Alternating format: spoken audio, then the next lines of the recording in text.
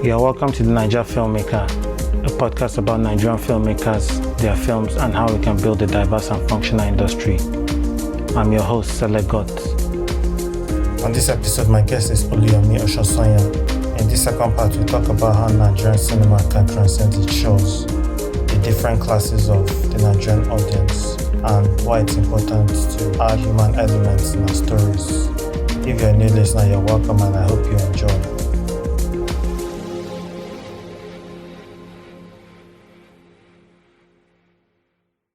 You know, in recent times, the Nigerian audience have expressed their displeasure with some things that Nigerian filmmakers do.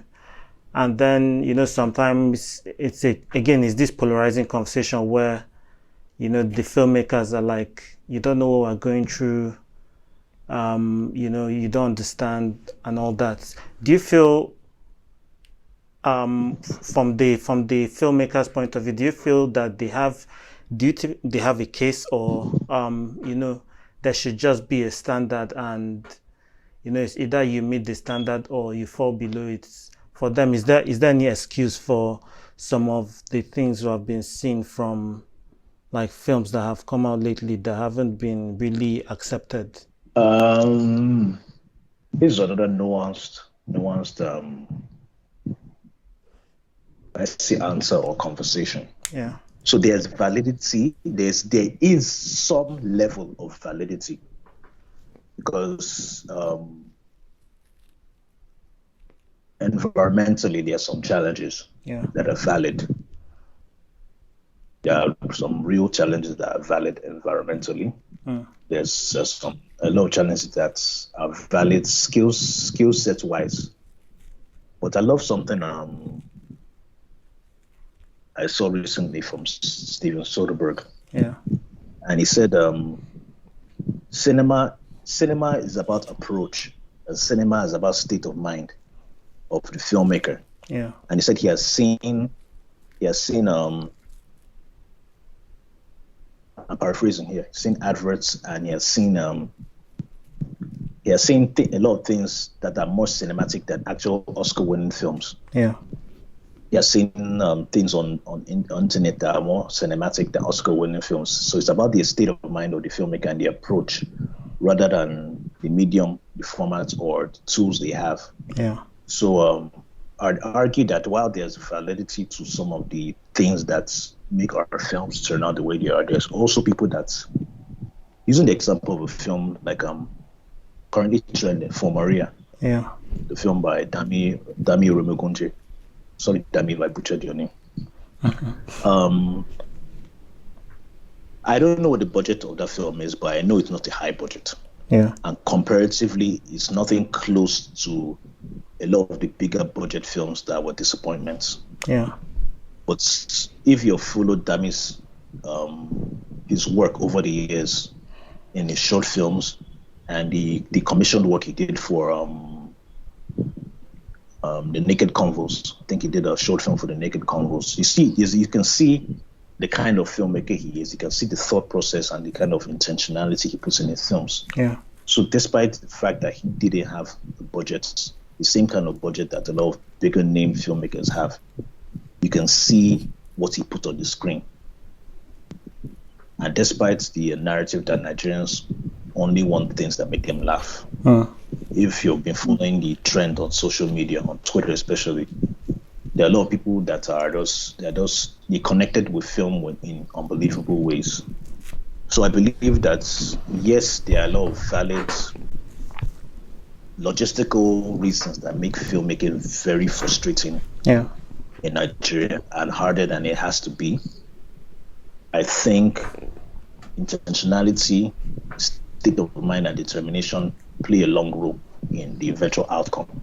Yeah. Because there are a lot of people that have had 10 times the budget he had, 10 times the budget he had, much better gear, much longer shooting days. Yeah. But the work didn't really turn out great.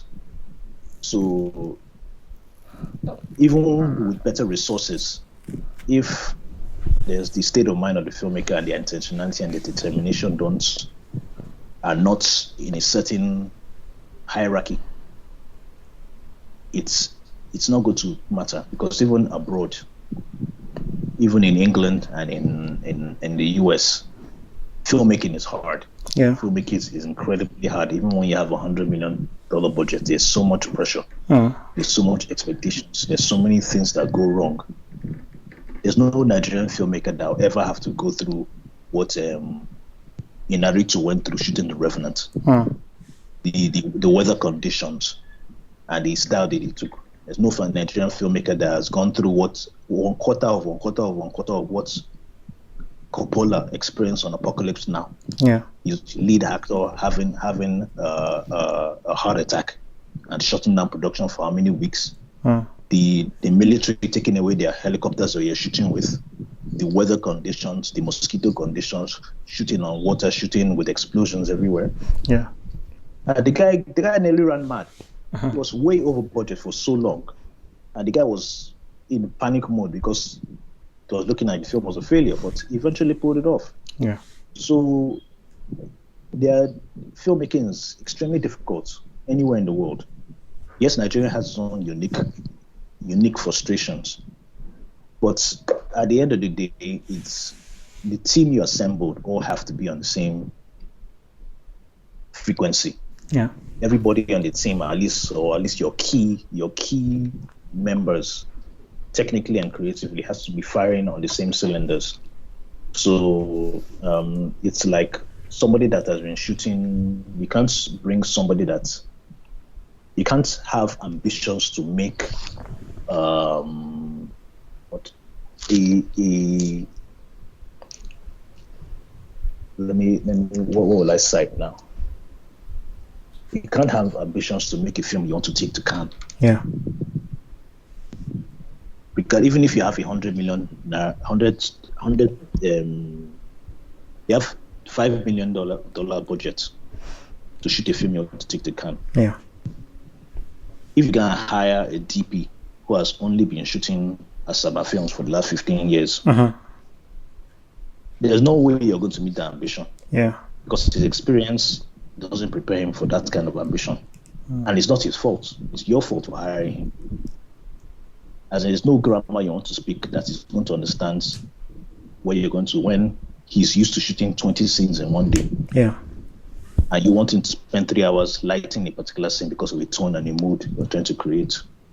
So I think that's another factor. Sometimes there's the disparity between the skill sets and the ambition, or the budget and the ambition, and that kind of thing.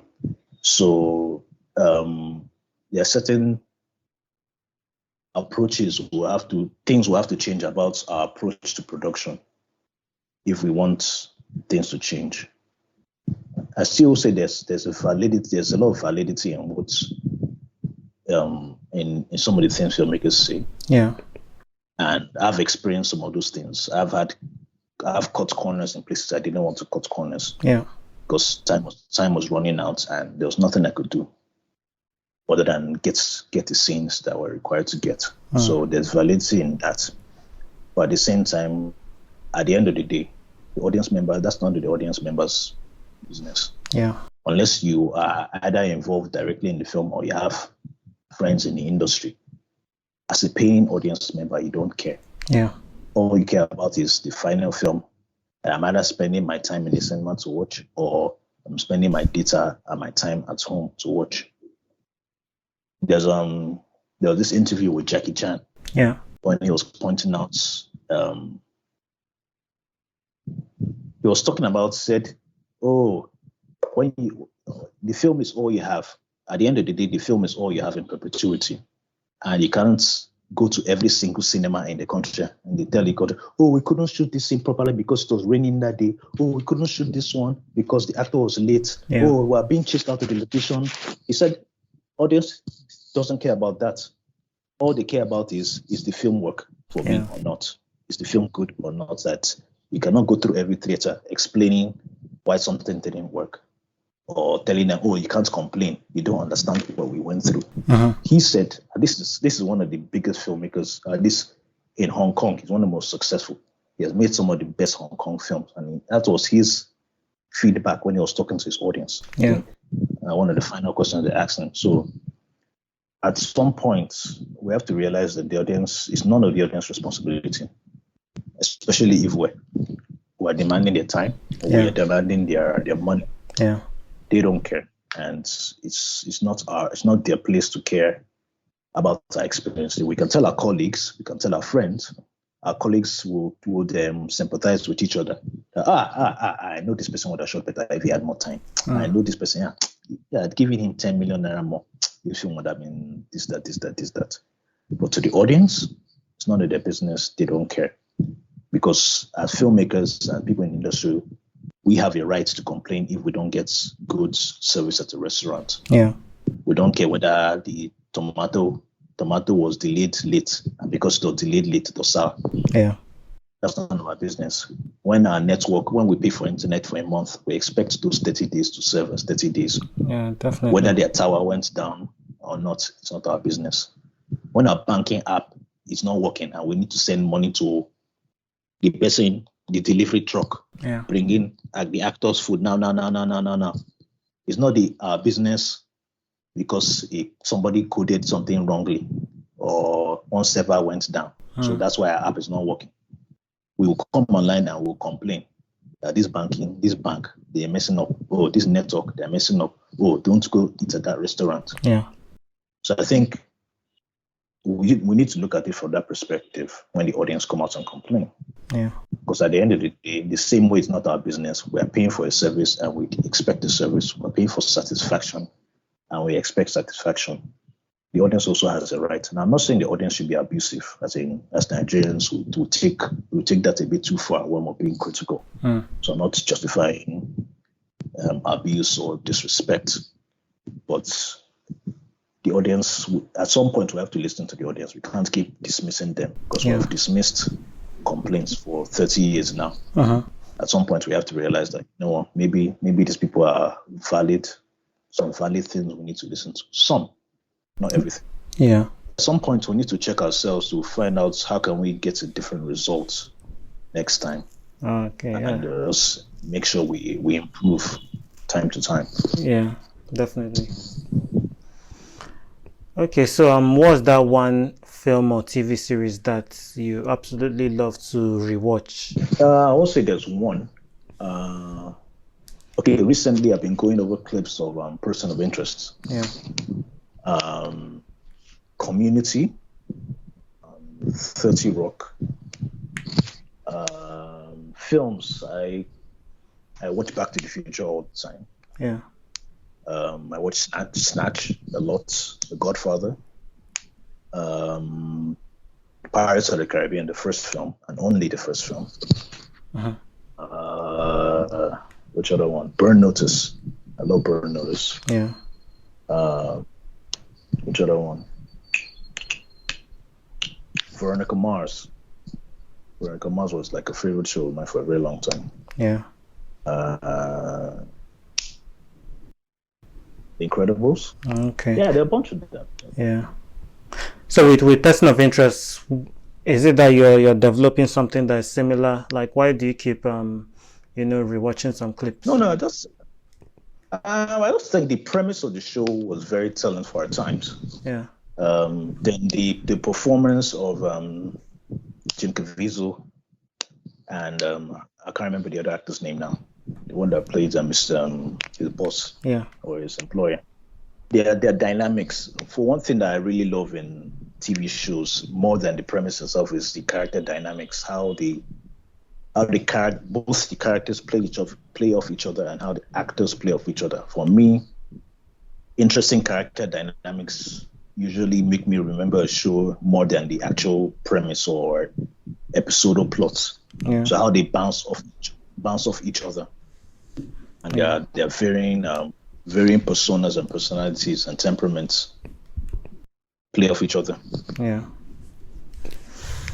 Okay, so right now in Nigeria, like for filmmakers, there are very limited options, in terms of distribution for them to exploit the content that they have made.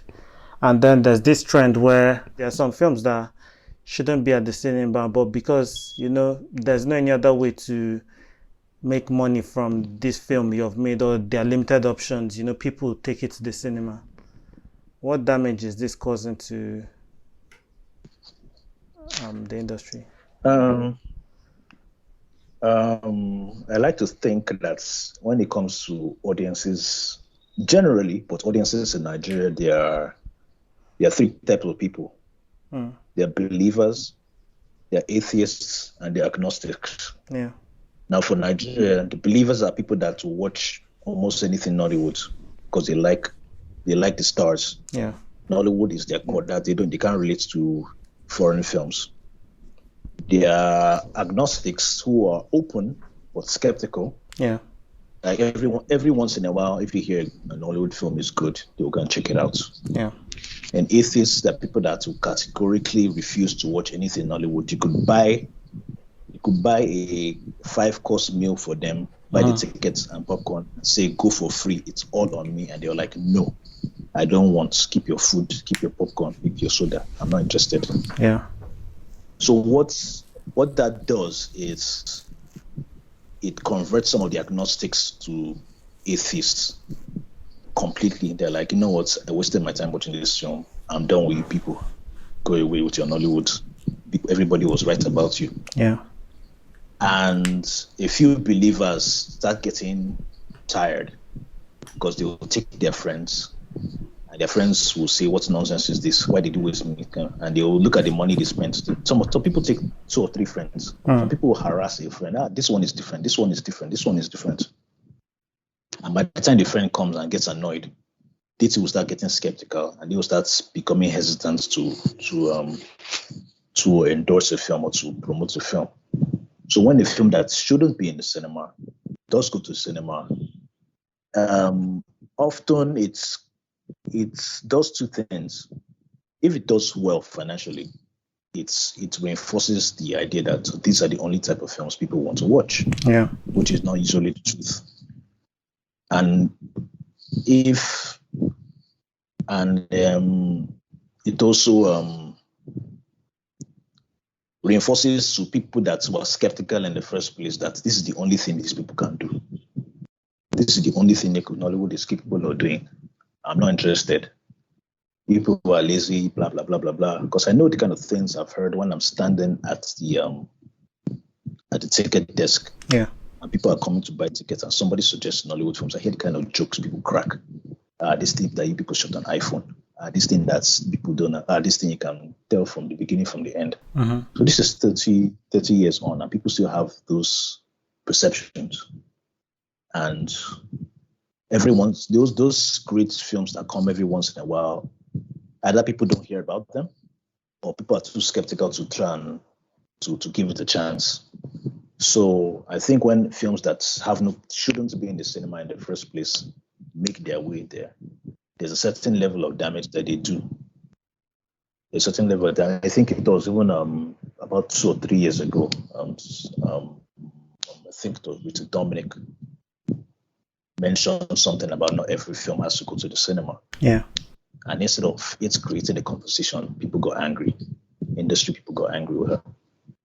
She said not every film needs to go to the cinema. I think she might have been referring to one of her own films that she didn't expect to be a cinema release. Yeah. And people got angry instead of discussing. So even if someone at that level can say this, and instead of discussing, people are throwing around insults and getting angry, that shows that we have a while to go in actually sitting down and discussing, okay, how do we solve these certain challenges ahead of us? How do we resolve the level of negativity that people have about our films? Because I know people that watch, in a week, they might see like 5 films in the cinema, and none of them is an Hollywood film. So imagine if somebody like that spends that much time and that much money in the cinema suddenly starts liking Hollywood films. What that would do in the broad spectrum if there are like 50 or 60 or 70 of those kind of people every week. Yeah.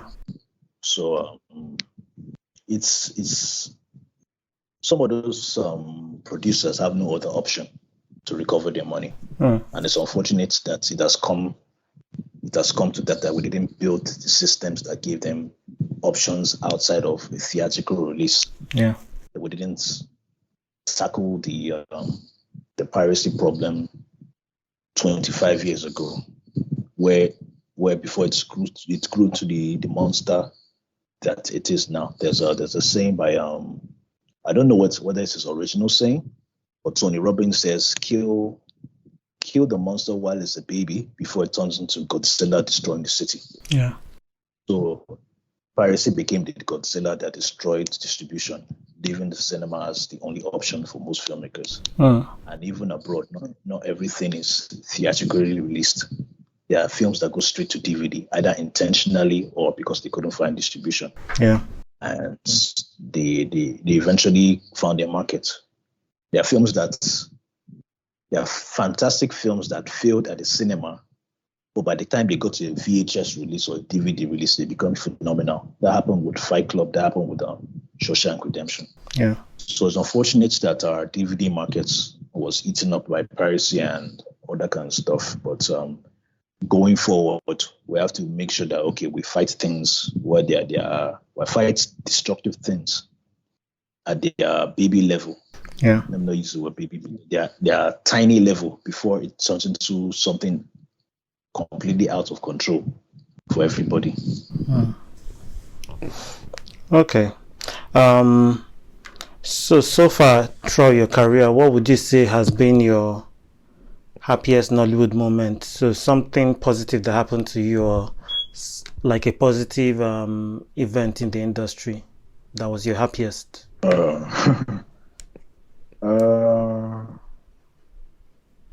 This might seem a little bit of cheating, but let me piggyback off Dami. I'm really, really happy about the reception his film is getting right now. I'm fantastically happy that the kind of reception, because for years the narrative has been that Nigerians don't watch certain types of films. Certain types of films and certain types of filmmaking are too slow or too boring or too dark or too depressing for Nigerians to have any sort of interest in them. And I don't know if you've seen the film For Maria, but not yet. It explores postpartum depression, and it doesn't make it an easy watch. Yeah. It doesn't cheat. It doesn't give you escape rooms to wiggle out of the top copy, but it's an incredibly engaging film. Yeah. And if you see the feedback online and how other people that never heard about it before, never heard about postpartum depression, people that know somebody that experienced it, or somebody that, I don't think I saw a tweet that a woman that said she experienced it like 30 years ago. Postpartum depression. And this is the first time she's ever seen any Nigerian filmmaker talk about this topic. So I'm incredibly happy that it's showing that there's an audience for this type of film. Yeah. Because filmmakers that wanted to tell this type of stories have been told Nigerians will not watch this. Nigerians are not interested in this. This will not sell. Now, maybe there's a factor because it's on Netflix, not in cinema. I'm sure that plays a role in the reception. But it shows that there's room for this type of storytelling. Not every filmmaker can pull this off, and not everybody needs to pull this off. The story is what's hooked them. Yeah. And the acting is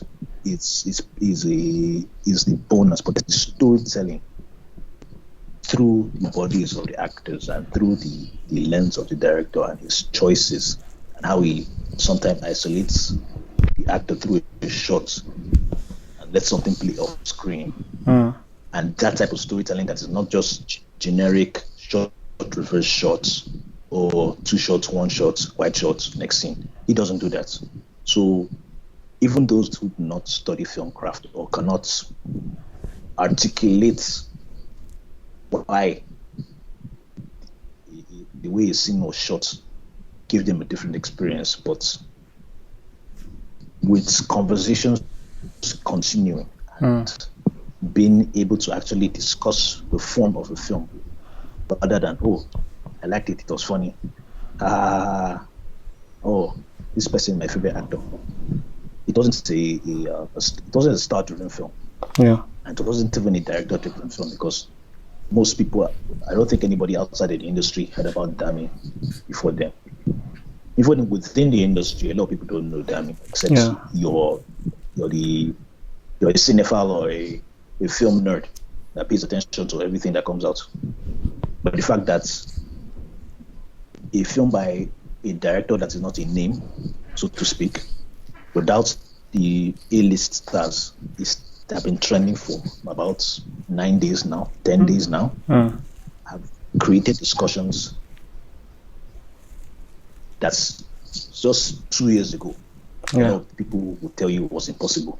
That makes me very, very happy, incredibly happy, and I'm just hoping that the likes of Netflix and Amazon are paying attention to a filmmaker like him, and open up the possibilities of filmmakers who are trying to tell different type of stories in different type of genres with different type of moods and tones that are not the regular thing that will play in the cinema and make a lot of money. There's a room for that. Just like there's room for maybe I keep using American examples, but there's let's just say there's room for the MCU in America. There's also room for A24 type of films A24 makes. Now, people that watch the MCU do not have to watch A24. So I hope filmmakers like him telling those type of indie type of storytelling that are not star driven get more opportunities to get opportunity based on the merit of storytelling, not necessarily on the merit of which popular name is attached to the film. And that these audience members can now start looking out for films based on storytelling, not on, oh, my favorite actor is in it, oh, this popular person is in it, or this popular person is attached to it. So for all the things that happened in the last, I say, 10 years, this is one of the things that makes me most happy. Okay. I mean, so I've cheated. Yeah. All right. You know, in America, it was first cinemas that came, then the technology for televisions came after that, and there was this competition between cinema and TV. But you know, as things went on, cinemas were able to still kind of keep their audiences because they always tended to tell stories in a grander and more cinematic way. You know, these days the lines are getting blurred. That's in America, and you know, it's very hard to differentiate between TV and film. Maybe it might just be that one is episodic and the other one is standalone. So for Nigeria, are you seeing some, you know, indicators or trends that we're moving in this direction with our like TV content and film content? I'm going to give you my shortest answer. No. Why do you think that is the case? It goes back to what I said early. What I said a little bit earlier. Yeah, we've never had a cinema history or cinema culture, so to speak. Yeah. Most people watching films today in Nollywood have no memory of the filmmakers from the 70s and the 80s. No memory, no working memory. At least most people under 40 don't have no working memory. So we're calculating from 1991, 1992. So we don't have a cinema culture. There was a cinema culture where cinema was the thing that TV could not give you. Yeah. Cinema was something TV could not give you. And by the time TV started becoming on, even when TVs initially started appearing in American homes, the filmmakers were forced to do something that TV could not give you. Those dimensions of the TV film could not give them. So whether it was the technology, the actual technology, they explained like there was something called CinemaScope, there was Cinevision, there was VistaScope. They were making bigger screens and bigger experiences. They introduced 3D, they introduced Smell-O-Vision. Yeah. They were constantly trying to evolve the medium to pull audiences out of their homes to come to the cinema because you cannot get this thing at home. Yeah. Nollywood was for at least 20 years TV. TV and TV alone.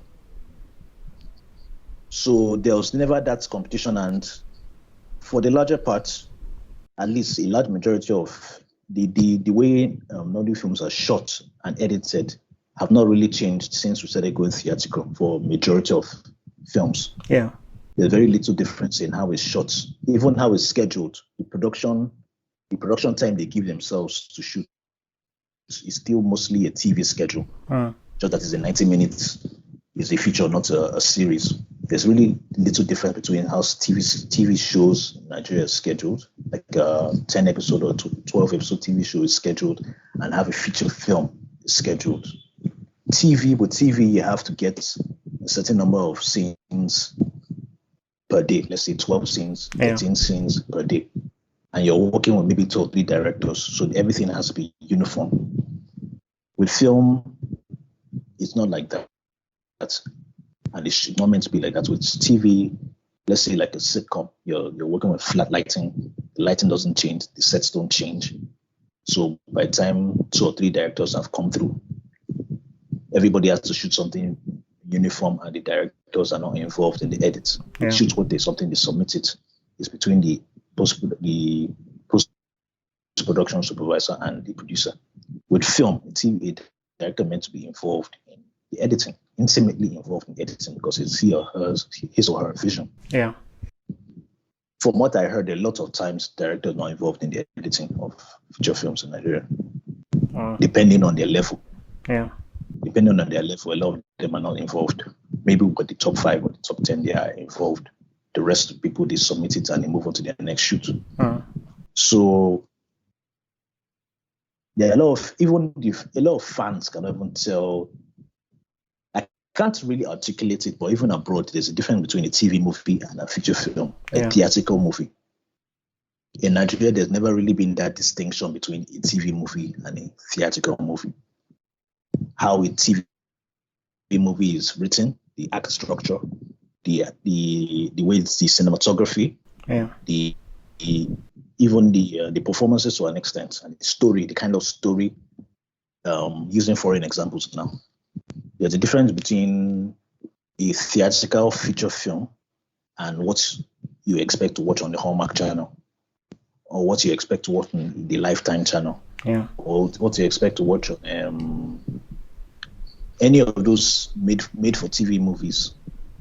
There's the difference between a Christmas movie made for cinema, let's say Home Alone, or It's a Wonderful Life, versus the Christmas movie that Hallmark makes in-house. So we've never really had that distinction between TV movie, film movie, TV show, film show, TV directing, film directing. Everything has suddenly sort of just meshed into one indistinguishable thing. Yeah.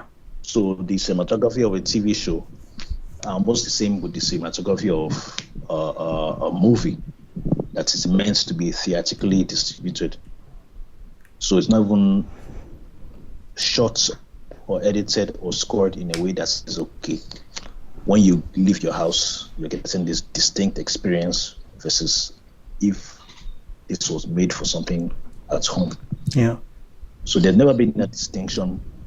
The Americans have always known the distinction because you can track when it significantly changed in America. Yeah. It started changing with The Sopranos. When The Sopranos came out, David Chase said that he wanted to make something cinematic. So that was an intentional thing.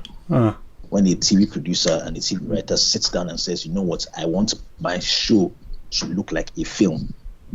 I want every episode to look like a film. So it wasn't coincidental. Yeah. They sat down and they decided. So that was the beginning of the era of what they call prestige TV. So Breaking Bad, Game of Thrones, and Mad Men. So after HBO started, it's AMC. Yeah. The guys that made Breaking Bad and I think Mad Men also jumped on that. making prestige TV. Yeah. And Netflix fell by the way when they started with House of Cards. House of Cards was prestige TV before the competition started nipping on their heads and they just dropped their standards, as far as I'm concerned. But House of Cards was prestige TV. House of Cards was cinematic, and David Fincher directing the pilot episode and producing it set out for it to look different from television, although it was delivered in the medium of television. Yeah. But it was set out to be different from network TV. So basically, network TV is different from cable, different from prestige TV. And even network TV to extent like procedurals, the Law and Orders, the NCISs, the CSIs. Yeah. That was standard TV. But even them, within the limits of their production schedule, some of them started trying to adapt cinema techniques to their something. So we have never had that distinction. The audience has never really asked for it. And to some extent, a lot of active filmmakers do not even know there's a difference, to be honest. You are 100. A lot of people don't know there's a difference between something being cinematic and something that's been like a TV, an episode of the TV that is shot for, that is broadcast on in the cinema. Yeah. And the audience doesn't really care for the distinction. So if the audience isn't, there's this thing Paul Schrader said a few years ago, said they were commenting on the quality of films in America, and they were asked why was the 70s able to produce such distinct films and such distinct filmmakers. And he said it was the demand of the audience, because there was a lot of things going on in the world, and a lot of the conflicts America was involved in, economically and politically and war-wise. I think they were still in NAM, or just coming out of NAM at that time. So a lot of people looked to films look to artists, and put it that way, to get answers.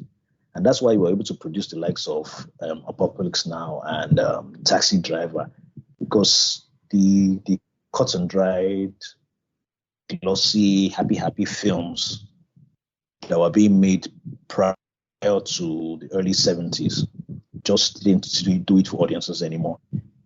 So that's why those guys were able to tell grounded stories that were about people on the streets, not the Bel Air and the LA lifestyles and the squeaky clean Hollywood something. Yeah. Even though the noir films had existed prior to that. But that's starting with I think the Easy Rider and Bonnie and Clyde. Yeah. There was a shift, because audiences accepted the younger people that were now getting disposable income started paying for those films, started demanding more of those films. And of course, the studios jumped on it when they saw, and that was also the period that a lot of young people were coming out of film school, like the first set of films people that didn't learn on the job, who actually went to school. So that's when they were graduating, and they started getting opportunities making films. So the audience made a demand with their pockets for those distinct type of films. The filmmakers, in what's in a Gladwellian twist of fate, Malcolm Gladwell with Outliers, that they were born at the right time, and were born at the right time, and they were born at the right opportunity, seem to come together for the film school brats, and the period in Hollywood's change, and also the period in America's cycle, where those three themes came together and forced a distinctive change. And to some extent, it repeated itself in the 90s when Tarantino and Soderbergh and Fincher and both Andersons, Wes Anderson and P.T. Anderson, were emerging in those early 90s. That was like the last, I say, great film era or emergence of a decade where great films were just milestone filmmakers, and milestone films were emerging all at the same time in a period of a decade, the 70s and the 90s. It really hasn't happened much since then. At least hasn't really had much since then.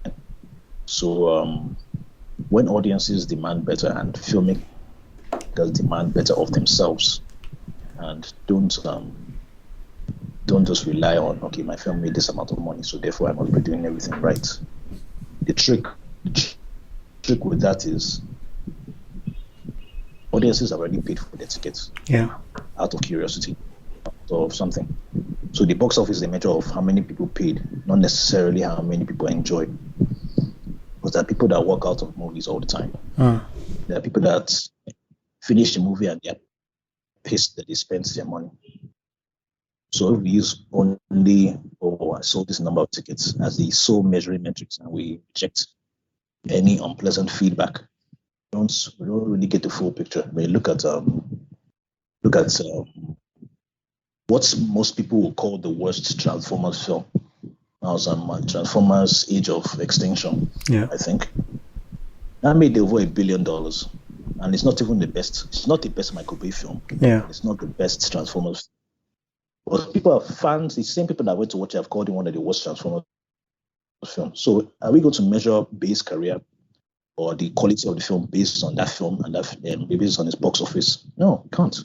Because people watch it out of curiosity or expectations. So what's the amount of money it made is not necessarily a reflection of the quality of the film. And once again, I've forgotten what the initial question was. No, you did justice to it. So, we've talked about the nuances with Nigerian audiences, with Nigerian filmmakers, with the work we do and all that. For the industry to, keep building on the progress it has made in the past few years, what do you think should be our, one point of priority for improvement? We need to invest more in, I say, storytelling. Okay. In the sense that if you talk to any active screenwriter in Nollywood, they are probably writing 6, 7, 8 feature films in a year, if not more. Yeah. And sometimes they're given a one month deadline from commissioning to delivery. Yeah. So I don't care how fantastic you are a filmmaker or a screenwriter, if you've not actually done the story work prior to that commissioning, if you've not done your heavy lifting, there's no way you can produce a top-notch quality screenplay that is coherent, free of cliches, free of tropes, free of on-the-nose dialogue in that period of time, unless you have previously done the heavy lifting. Yeah. But if you're commissioned on the 1st of January, it's the first time you're hearing about or thinking about the story, and you're meant to deliver by the 30th. You deliver by the 30th, they go into production on the 15th or the 7th, or even the 2nd. So I've heard of cases where 2 or 3 days after delivery, they're jumped into production. That is not a way to tell coherent stories that would have a long shelf life. We need to start thinking of our films having a long shelf life. Yeah. The Godfather, I think this year is its 50th anniversary, and it's being re-released in some select cinemas. It's being re-released in some ancillary forms. Yeah. A 50-year-old film. How many of our films would we be able to see in 50 years? People will still care to watch, to pay to watch, not just catch it for free on TV, as in pay to watch, say, this film is being re-released. Yeah. I'm going to pay money to go into the cinema or wherever the theatrical house. So we need to invest in storytelling. We need to give screenwriters better training, one, especially for the emerging screenwriters. Yeah. Better training in writing, better workshops, not a 1 week boot shop or a one month boot camp. As in proper time. Invest in writing. Invest in storytelling. There's a reason foreign universities have entire degrees in screenwriting. Yeah. 3-year, 4-year degrees, master's degrees, but somehow we've gotten it into our heads that it's natural talent. As long as you know how to write in English, or you got an A in English, anybody can write. That anybody can write belief system has done an incredible amount of damage to storytelling in the industry, which is why 30 years on, people still laugh at us and say our stories are predictable. You can tell what's going to happen from the beginning of the frame, because storytellers are not given enough time to write, to properly sit down and develop the story, develop the characters, do the first pass, do a second pass, do a third pass before it actually goes into production. So we need to put some more money into storytelling. Yeah. And have more time. Be patient enough to let the story get to a place where it's properly cooked. Yeah. Before you even start thinking of pre-production. So that's a huge factor. If you look at in the 90s, at least in the mid-90s, Nollywood was in a much better and stronger place than the music industry. Yeah. When I was in secondary school, and even university to an extent, people did not really listen to Nigerian music. Nigerian music was not really that popular on radio. Yeah. Every once in a while, you listen to a Tribesmen or a Plantation Boys or a Remedies, but they were fringe. It was the fringe thing. It was very rare. 90% of your CDs or your mixtapes will be American music. But now, the music industry examined themselves and they made a significant change. To the point is, you can exclusively play Nigerian music on the radio now. You can exclusively play Nigerian music in the clubs. You can exclusively play Nigerian music in the parties. Yeah. To the point that Nigerian music is now on American radio and British radio. To the point that Nigerian artists are selling out the O2 Arena. According to calculations, I think the concert Wizkid had late last year was made over ₦1 billion. When it calculates from the pound to naira equivalent, over ₦1 billion. One concert, one. That's not his total earnings for the entire year. That's one, I think, like a 2-day concert or something. How much money are the top 50 highest grossing Hollywood films since 2010? Is it up to $2 million or $3 million? It's not. So if an individual can be selling out a foreign stadium, if an individual, they are collaborating with the A-list stars in America and in England, with the Ed Sheerans, with the Drakes, with the Beyoncés. They're not collaborating with has-beens or B-listers or D-listers. They're collaborating with A-listers. So we need to start projecting ourselves to the point that an Oprah or a Barry Jenkins or a Brad Pitt can see the work of a Nigerian filmmaker and like, this person is strong storyteller. I want to produce this person's next film. Yeah. Get me in touch. Call the agent and say, find out who this person is in Nigeria. I saw his last film. I saw her last film. I want to talk to them.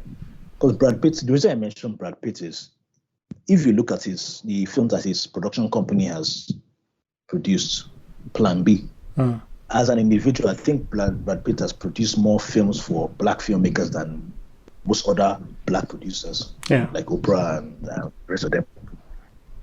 Last Man in San Francisco. I think there are a lot of films that black filmmakers, independent filmmakers, he has given their first or their second chance. Yeah. That's why I mentioned his name specifically. So there's nothing that says that somebody sitting in Hollywood, someone sitting in England cannot see a Nigerian film on Netflix and like, this person is really a strong storyteller. Yeah. I wonder what he will do with $2 million budget. if this is what he could do for 50,000, and what she could do if I provide her full studio, if I provide a full production suite and give her a truck of $100,000 equipment. Yeah. What would she do if she could do this with $20,000 budget? So I want us to start thinking in that direction. I want us to be able to say my film is for anybody anywhere in the world can watch my film and relate to it, and not be dependent on the popularity of who you're casting in the film to sell the film. Yeah. When the film itself doesn't really have a story, a strong story or a coherent story. Because stars lose their power. If your star, that star that you're using to sell your film, suddenly has a scandal, and everybody decides to cancel that person, what happens to your film? You have to shelf that film by the time all the networks start pulling it, because they don't want the rage of the mob comment on their network. Why is you streaming the film of this molester? And stars actually fall out of favor. So not even if they don't fall out of favor, they fall out of popularity. So if you cast someone that's popular in 2020, yeah, what's to say that anybody in 2030 will care about this person if the film itself does not have a strong story which is aided by the presence of that person, rather than the presence of that person being the 80% of the selling point. Yeah.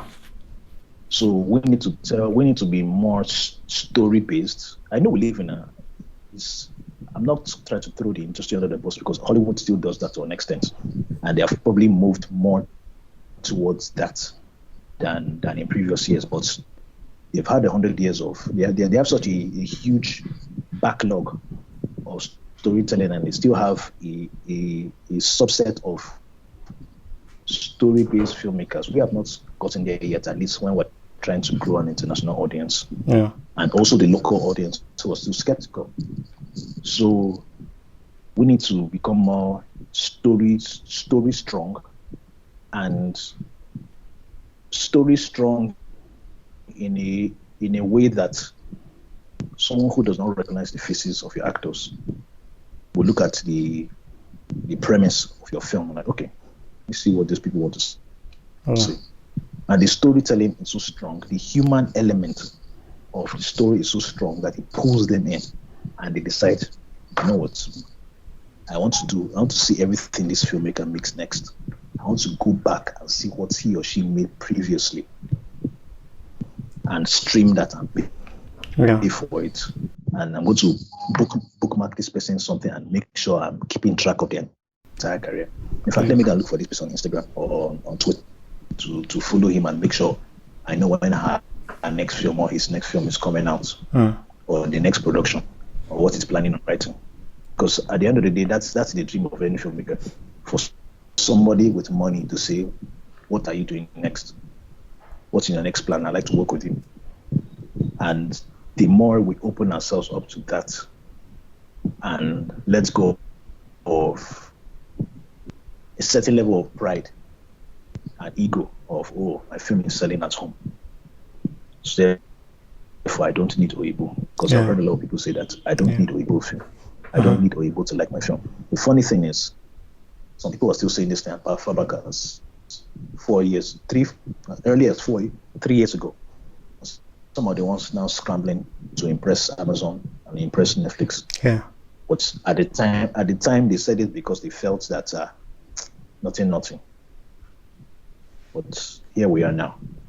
So if the ambition is money, then a larger audience should be considered. A larger audience, open yourself up to Europeans watching your film, and Asians watching your film. Because if we are watching South Korean films, if K-drama is becoming so popular amongst Nigerians, I see no reason why we can't make films, or we don't want to make films that somebody that watches a Korean can decide, like, you know what, let me watch this thing. A Korean that loves film can say, you know what, I want to see what somebody from this continent does. And it happens to be a film that they land on. Yeah. Decide to explore. So I'm going on again. But I think that global ambition, even if you only end up distributing your film locally, yeah, I think every filmmaker should still think globally. yeah, Because look at Shakespeare. Shakespeare and this recent release of is it the tragedy of Macbeth? I forget the title. yeah. I think That the that's Coen it. brothers or the Coen brother did with Denzel. That's a story that's almost 300 years old. Yeah, But there have been so many, but because it's at its core, it's a human story. That's why filmmakers for so many different continents have made that same story. Akira Kurosawa made his own called Throne of Blood. Same story, right? A Japanese man looked at the play of an English playwright and decided, I have to tell this story. Because at its core, it's a human story. yeah, Everybody that watches it, people that watch it relate to the humanity of it, regardless of the skin color of the actors or the language of delivery.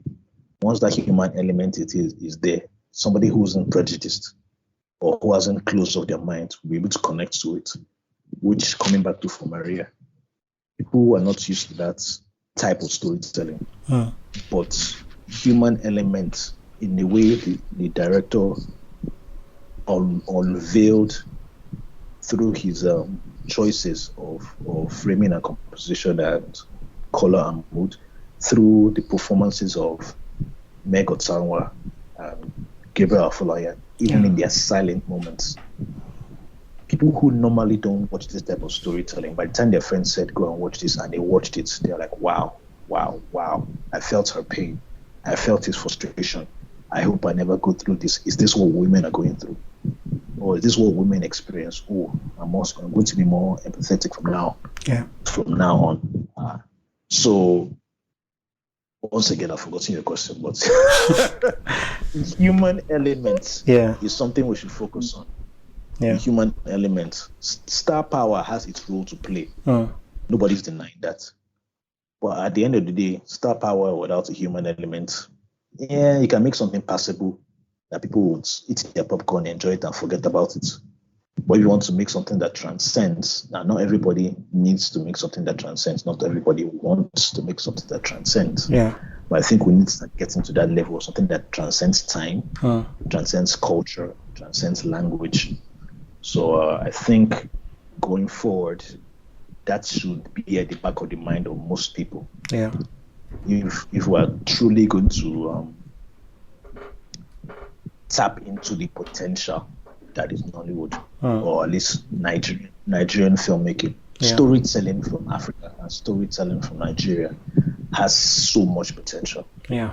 So much. So much. That's why we're barely scratched the surface.